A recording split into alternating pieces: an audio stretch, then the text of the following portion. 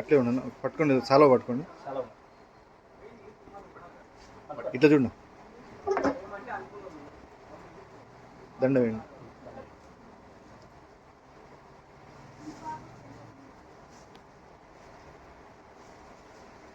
ఈరోజు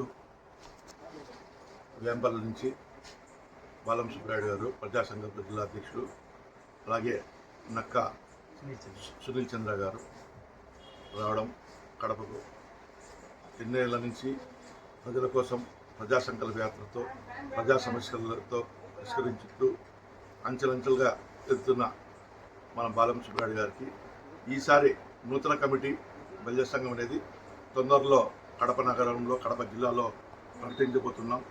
దాంట్లో ఎవరైతే బలిజల కోసం బాగా అభివృద్ధి కోసం చేస్తున్నారో వాళ్ళకు కీలకమైన పదవులు వచ్చే అవకాశాలు ఉన్నాయి.